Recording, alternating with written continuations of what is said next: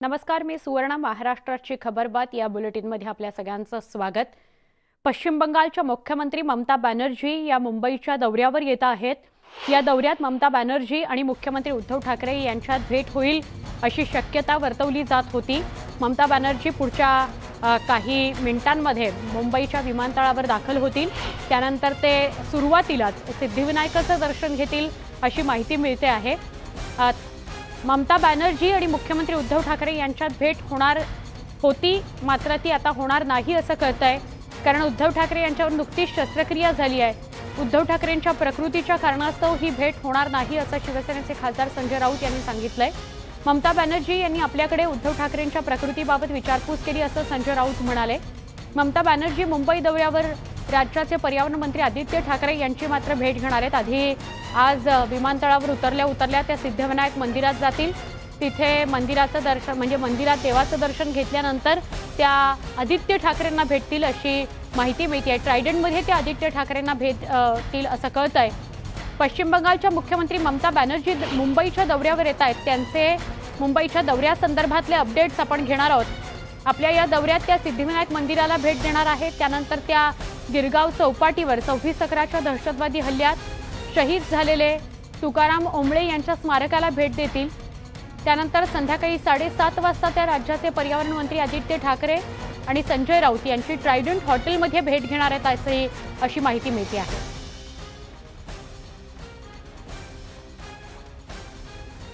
आमच्या प्रतिनिधी प्रणाली कापसे यांच्याशी आपण ममता बॅनर्जी यांच्या दौऱ्याविषयी अधिक बोलूया.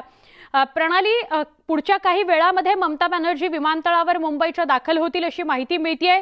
त्यानंतर मुंबईतला त्यांचा दौरा कसा असेल, आजचा उद्याचा?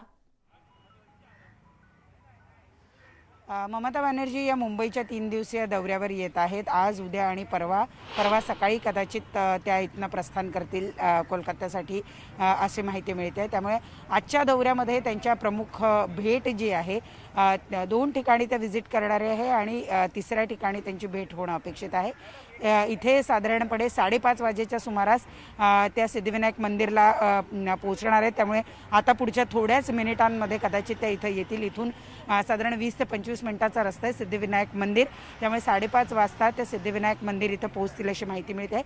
तिथून त्या जाणार आहेत गिरगाव चौपाटीवर, जिथे शहीद तुकाराम ओंबळे यांचं स्मारक आहे. त्या स्मारकाला तिथे अभिवादन करतील आणि तिथूनच पुढे त्याच रस्त्यावर पुढे ट्रायडंटला त्या जाणार आहे. ट्रायडंट इथे पर्यावरण मंत्री आदित्य ठाकरे आणि त्याचबरोबर खासदार संजय राऊत यांच्याबरोबर त्यांची 7:30 वाजताच्या सुमारास बैठक आहे.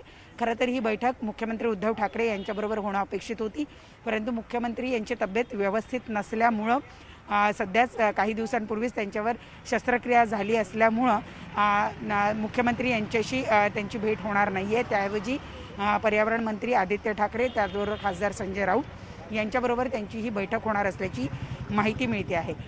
त्यानंतर उद्याचा त्यांचा कार्यक्रम जो आहे त्या कार्यक्रमामध्ये राष्ट्रवादीचे सर्वेसर्वा अध्यक्ष शरद पवार यांच्याबरोबर त्यांची भेट होणं अपेक्षित आहे. आणि त्यानंतर मुंबई मधले जे काही मोठे उद्योगपती आहेत त्यांच्याबरोबर सुद्धा त्यांची एक मीटिंग होणार असल्याची माहिती मिळते आहे. पश्चिम बंगालमध्ये उद्योग वाढावा यासाठीचा त्यांचा एक प्रयत्न असणार आहे. त्या वेगवेगळे जे उद्योगपती आहेत त्यांच्याशी चर्चा करतील आणि त्याचबरोबर त्यांचे काही उद्योगाच्या विस्ताराचे जे काही प्लान्स असतील तर ते त्यापैकी काही प्लान जे आहेत ते पश्चिम बंगालमध्ये केले जावे यासाठीचा त्यांचा प्रयत्न असेल. मुख्यमंत्री म्हणून त्या हा प्रयत्न करणार आहेत.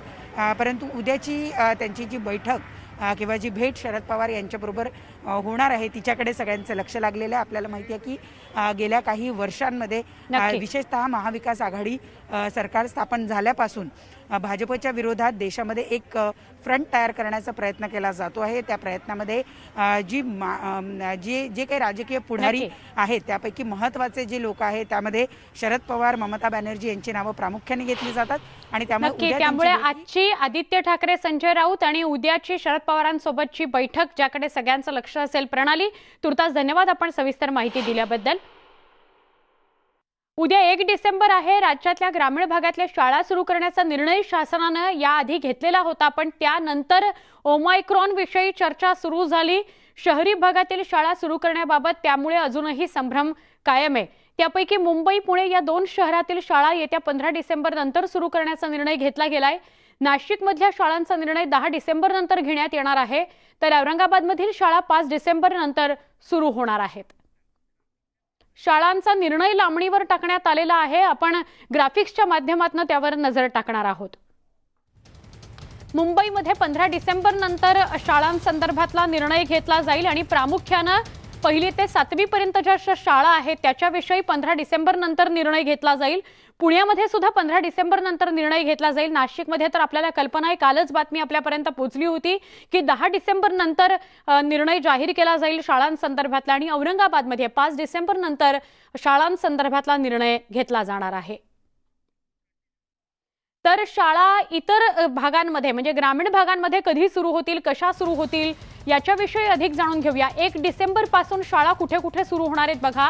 मावळ, वाशिम, नांदेड, मनमाड, लातूर, अकोला, अहमदनगर आणि सिंधुदुर्ग या सगळ्या ठिकाणी उद्यापासून शाळा सुरू होणार आहेत. 1 डिसेंबर पासून शाळा सुरू होतील, ज्याची नावं आता आपण स्क्रीनवर पाहता आहात त्या सगळ्या शहरांमध्ये. मुंबईतली शाळांसंदर्भातली बातमी सविस्तरपणे पाहूया. मुंबई मनपाच्या ज्या शाळा आहेत त्या शाळांमध्ये जो अपडेट जी माहिती आलेली आहे शाळांसंदर्भातली ती सगळ्या पालकांनी लक्षपूर्वक ऐका, पहा.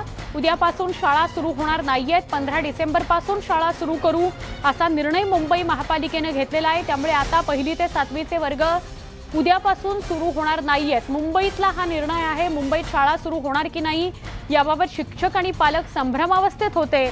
मात्र आता पालिकेनं हा सगळ्यात मोठा निर्णय घेतलाय की 15 डिसेंबर पासून शाळा सुरू होतील. 1ली ते 7वीचे वर्ग 15 डिसेंबर पासून सुरू होतील, उद्यापासून नाही.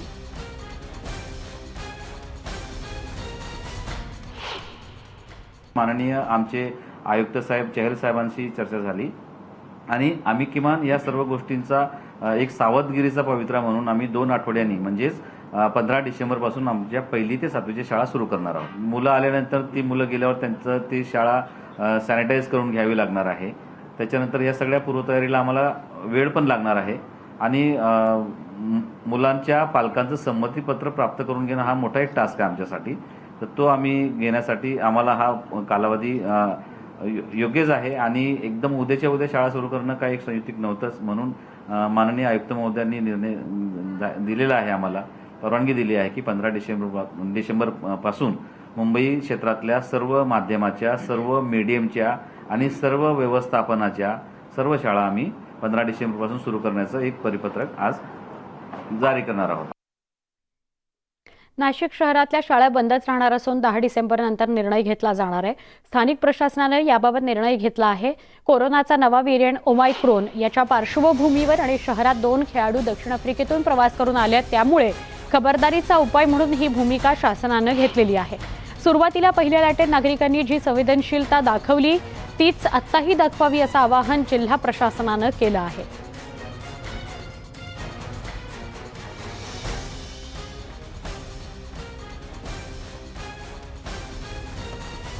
नाशिक मधून बातमी आहे. नाशिकमध्ये 1ली ते 7वीचे वर्ग तुर्तास सुरू होणार नाहीयेत. नाशिकमधल्या शाळा 10 तारखेपर्यंत बंदच राहणार आहेत.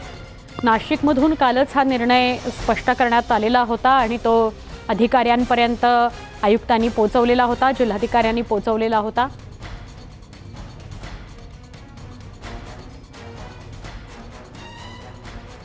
पुण्यामधल्या शाळांविषयी सविस्तर जाणून घेऊया. पुण्यातील शाळा देखील 15 डिसेंबर पासूनच सुरू होणार आहेत. उद्या शाळा सुरू होणार होत्या, मात्र आता त्या 15 तारखेपासून सुरू होतील.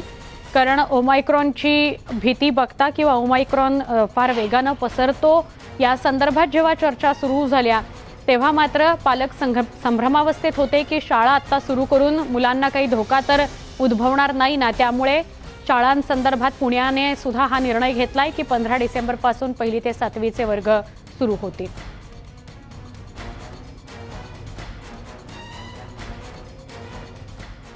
तर औरंगाबाद मनपा हद्दीतील शाळा 1ली ते 7वीचे वर्ग उघडण्याबाबत 5 डिसेंबर नंतर निर्णय घेतला जाईल असं प्रशासक आयुक्त आस्तिकुमार पांडे यांनी स्पष्ट केलेलं आहे.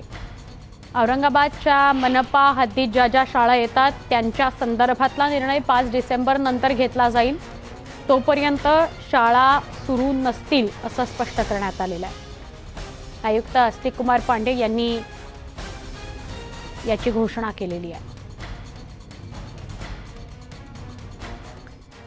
नागपूर शहरातल्या 1ली ते 7वीच्या शाळा 10 डिसेंबरपर्यंत सुरू होणार नाहीयेत. शाळा सुरू करण्याबाबतचा निर्णय 10 डिसेंबर नंतर घेण्यात येईल असं नागपूरचे महापालिकेचे आयुक्त राधाकृष्ण बी यांनी जाहीर केलं. त्यामुळे महत्त्वाची जी 5 शहरं आहेत, आर्थिक राजधानी मुंबईसह पुणे असेल, औरंगाबाद, नागपूर आणि नाशिक, या सगळ्या शहरांमध्ये 1 तारखेपासून 1 डिसेंबरपासून शाळा सुरू होणार नाहीयेत. औरंगाबादला 5 डिसेंबरपासून, नाशिकला 10 डिसेंबर नंतर, पुणे आणि मुंबईमध्ये 15 डिसेंबर नंतर शाळा सुरू होतील. नागपुरात सुद्धा शाळा 10 डिसेंबर नंतर सुरू होतील अशी माहिती मिळते आहे. ओमायक्रॉनच्या पार्श्वभूमीवर हा निर्णय घेण्यात आलेला आहे. हा जो कोरोनाचा नवा व्हेरियंट आहे तो वेगानं पसरतो आहे. 50हून अधिक म्युटेशन त्याचे बघायला मिळालेले आहेत. त्यामुळे अधिक सतर्क सगळ्या महापालिका यंत्रणा झालेल्या आहेत. आमचे प्रतिनिधी तुषार कोहळे यांच्याकडून आपण नागपूर संदर्भात अधिक माहिती घेऊया. तुषार, महत्त्वाची 5 शहरं, मुंबई आर्थिक राजधानी, नागपूर उपराजधानी आणि इतर 3 शहरं पुणे, औरंगाबाद, नाशिक, या सगळ्याच ठिकाणी उद्या शाळा सुरू होत नाहीये. त्या 5 किंवा 10 तारखेनंतर सुरू करण्यासंदर्भातला निर्णय होईल. काय सांगाल आपण अधिक? सुवर्ण, जर आपण बघितलं पहिल्या लाटेमध्ये आणि दुसऱ्या लाटेमध्ये प्रशासनाकडनं ज्या चुका झाल्या त्या चुका टाळण्यासाठी आता प्रशासनाने कंबर कसलेली आहे. कोणत्याही चुका परत होणार नाही याची पूर्ण खबरदारी घेतली जाते. आणि विशेष करून छोट्या मुलांचे शाळेसंदर्भात जर का विषय असेल तर 18 वर्षाच्या वयाच्या वरच्या लोकांचं आपल्याकडे लसीकरण झालेलं आहे. त्या खालचे जी मुलं आहे त्यांचं लसीकरण झालेलं नाही. अनेक लोकांचे जे ब्लड सॅम्पल घेण्यात आले त्यामध्ये असं आढळलं की साधारण 40 ते 45% मुलांना आधी कोविड होऊन गेला, त्यांच्या शरीरात अँटीबॉडीज सापडल्या. असं असताना देखील जो नवीन व्हेरियंट आहे तो अत्यंत धोकादायक आहे. आणि या पार्श्वभूमीवर जर का परत एकदा शाळा सुरू केल्या आणि त्यानंतर का पुन्हा कोणाचं संक्रमण वाढलं तर निश्चित एक धोका छोटे मुलं हे कॅरियर बनू शकतात. त्यामुळे प्रशासनाकडनं पूर्ण खबरदारी घेतली जात आहे. आता जे 1 डिसेंबरपासून शाळा सुरू होणार आहे. अनेक महानगरपालिकेने 5 डिसेंबर, काही महानगरपालिकेने 10 डिसेंबर तर काही महानगरपालिकेने 15 डिसेंबरपर्यंत त्या होल्डवर ठेवलेला आहे. त्यामुळे पुढची परिस्थिती बघूनच प्रशासनाकडनं निर्णय घेतला जाणार आहे सुवर्ण. आणि नागपूरमध्ये देखील 10 डिसेंबरपासून पुढे शाळा सुरू करायच्या की नाही हे 10 डिसेंबरला परिस्थितीचा आढावा घेऊन मग पुढचा निर्णय घेतला जाईल. धन्यवाद तुषार, आपण माहिती दिलीत त्याबद्दल. मावळमध्ये गेल्या 2 वर्षांपासून बंद असलेल्या शाळा अखेर उद्यापासून सुरू होत आहेत. त्या पार्श्वभूमीवर मावळमधील शाळांमध्ये लगबग बघायला मिळाली. मावळमध्ये 24 केंद्रांमधून 274 जिल्हा परिषदेच्या शाळांमध्ये आजपासून स्वच्छता सुरू झाली. तर वाशिम जिल्ह्यात सुद्धा उद्यापासून शाळा सुरू होत आहेत. कोरोनाचे नियम पाळून शाळा सुरू करण्यासंदर्भातली तयारी झालेली आहे. अनेक पालकांनीही मुलांना शाळेत जाण्याकरता सहमती पत्र दिलेलं आहे. नांदेड जिल्ह्यात सुद्धा उद्यापासून शाळा सुरू होत आहेत. 1ली ते 4थीचे वर्ग उद्यापासून नांदेडमध्ये भरणार आहेत. जिल्हा परिषदेच्या शिक्षण विभागाकडून शाळा सुरू करण्याचा निर्णय घेतला गेलाय. या सगळ्या पार्श्वभूमीवर मार्गदर्शक सूचनांचं पालन सुद्धा शाळा करतील असं सांगण्यात आलेलं आहे. शिक्षण सभापती संजय बेळगे यांनी याविषयी स्पष्टता दिली. शासनाच्या आदेशानुसार उद्यापासून मनमाड, येवला, मालेगाव या परिसरात सुद्धा शाळा सुरू होत आहेत. या संदर्भात शाळांनी स्वच्छता मोहीम सुरू केलेली आहे. महाराष्ट्राची खबरबात मध्ये इथे एक छोटासा ब्रेक, लगेच भेटूया अजून काही घडामोडींसाठी. पहा फक्त न्यूज 18 लोकमत.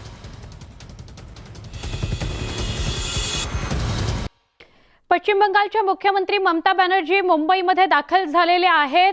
त्या मुंबई विमानतळावर दाखल होतील आणि त्यानंतर त्या सिद्धिविनायक मंदिरात जातील अशी माहिती मिळत होती. पुढच्या काही मिनिटांमध्ये त्या सिद्धिविनायक मंदिरामध्ये पोहोचतील. मुंबईमध्ये त्यांचं आगमन झालेलं आहे. 2 दिवसांचा त्यांचा दौरा आहे. परवाच्या दिवशी त्या परत जातील कोलकात्याला अशी माहिती मिळतेय. ममता बॅनर्जी पश्चिम बंगालच्या मुख्यमंत्री या मुंबईमध्ये दाखल झालेले आहेत. 5:30-6 वाजता त्या सिद्धिविनायकाचं दर्शन घेणार आहेत. पुढच्या काही मिनिटांमध्ये त्या सिद्धिविनायकासाठी रवाना होतील. आमच्या प्रतिनिधी प्रणाली कापसे सिद्धिविनायक परिसरातून आपल्या सोबत आहेत. आमच्या प्रतिनिधी प्रणालीशी बोलूया. प्रणाली, ममता बॅनर्जी मुंबईमध्ये दाखल झाल्यात असं कळतंय. पुढच्या काही मिनिटांमध्ये त्या सिद्धिविनायक बोकात पोहोचतील. काय अपडेट, हालचाली आजूबाजूला बघायला मिळत आहेत का? सुवर्ण, मी सध्या मुंबईच्या एअरपोर्टच्या VIP गेटवर आहे, जिथे अवघ्या 5 मिनिटांपूर्वी ममता बॅनर्जी यांचं आगमन झालेलं आहे. पश्चिम बंगालच्या मुख्यमंत्री या 3 दिवसीय दौऱ्यावर आहेत मुंबईच्या.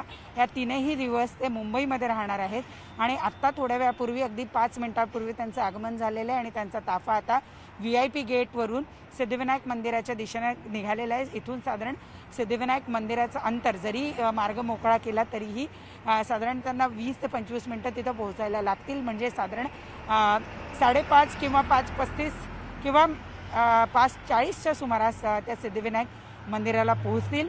त्यानंतर पुढे त्या गिरगावला जाणार आहेत, जिथं तुकाराम ओंबळे यांच्या स्मारकाला त्या अभिवादन करतील आणि पुढे मग 7:30 वाजताची त्यांची आदित्य ठाकरे आणि त्याचबरोबर संजय राऊत यांच्याबरोबर बैठक आहे. तुर्तास मुंबईमध्ये त्यांचं आगमन झालेलं आहे आणि काही नक्की प्रणाली, आमच्या प्रतिनिधी या विमानतळ मुंबईचं VIP गेट इथं उपस्थित आहेत आणि 5 मिनिटांपूर्वीच ममता बॅनर्जींचं आगमन झालेलं आहे मुंबईमध्ये आणि तिथून त्या रवाना झालेल्या आहेत सिद्धिविनायक मंदिरासाठी.